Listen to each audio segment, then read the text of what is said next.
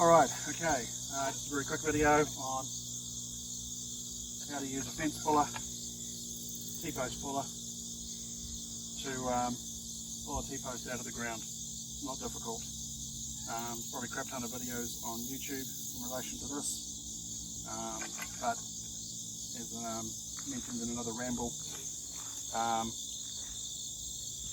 I've had some comments from people saying they're kind of concerned about putting T-posts in because they don't want the hassle of basically putting them back out again because it's too difficult. It's not difficult. Alright, so the T-post puller, this is a SpeeCo. I can't attest for longevity of this, but we have had this for a while and has had a lot of use recently. So Tractor Supply, don't know how much they are, whatever. Worth every penny regardless, because your alternative is probably going to be a lot more expensive. So the T-posts, the ones that you get generally, they have these little divots, which are used for, when you're running lines and things, or putting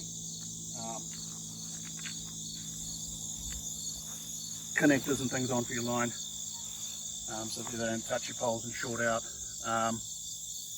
That is really the magic for this. And this post is very tightly in. These have been in for a couple of years at least. So. But the process is pretty straightforward. There is a leg or a stand. If you find that the ground's uneven, then by all means grab a chunk of 4x4 or whatever to give yourself some rigidity in it. But essentially, all we're doing is putting the post on the ground. Hard to see through this jungle here. And what I'm going to do is I'm just going to slot it onto this post here so that it's underneath one of the ruts. And it's just good old-fashioned physics, really. Just torque, and that one's in pretty tight.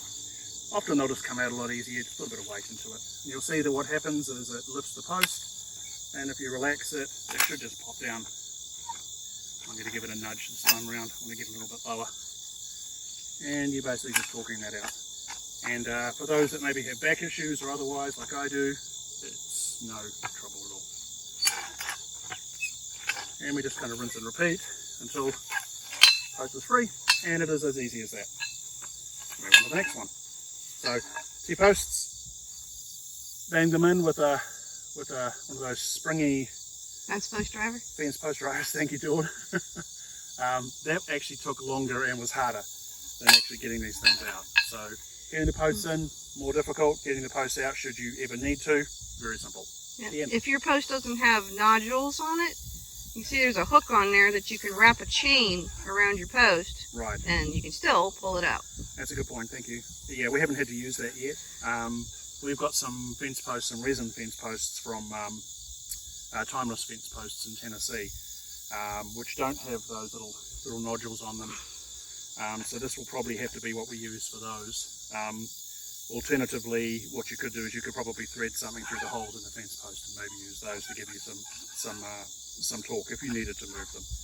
But more on that once we get some of those in, and if I find that I mess it up and have to move them around, well, we'll know. But yeah, very useful tool. Inexpensive, human powered, doesn't require power, which is good. So, hot day. Alright, that's that for that.